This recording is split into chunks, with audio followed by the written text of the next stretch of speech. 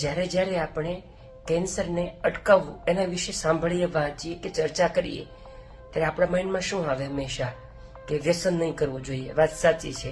દારૂ ન પીવો જોઈએ, સાચી વાત છે. કેમિકલ્સ, આ બધી વસ્તુઓ આવે.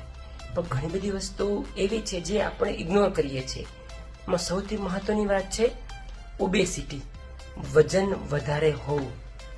જેનું વજન વધારે છે ડરવાની જરૂર નથી, પણ આ એક ખૂબ મોટો કેન્સરનો અને ઇવન કેન્સર સિવાયના બીજા રોગ માટે પણ રિસ્ક ફેક્ટર છે.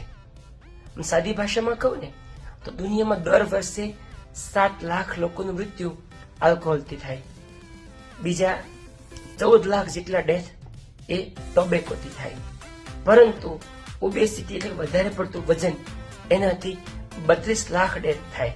આ બધા કેન્સરના જ નથી કહેતો હું, એમાં ઘણો ઘણો ભાગ કેન્સરનો હોય, બીજા હૃદય રોગ, ડાયાબિટીસ, બીપી, કિડની, દરેકની અંદર. એટલે ઓબેસિટીને પણ આપણે કેન્સરના રોગના પ્રિવેન્શન માટે, અટકાવવા માટે અને હૃદય રોગ માટે પણ ખૂબ વધારે મહત્વ આપવાની જરૂર છે.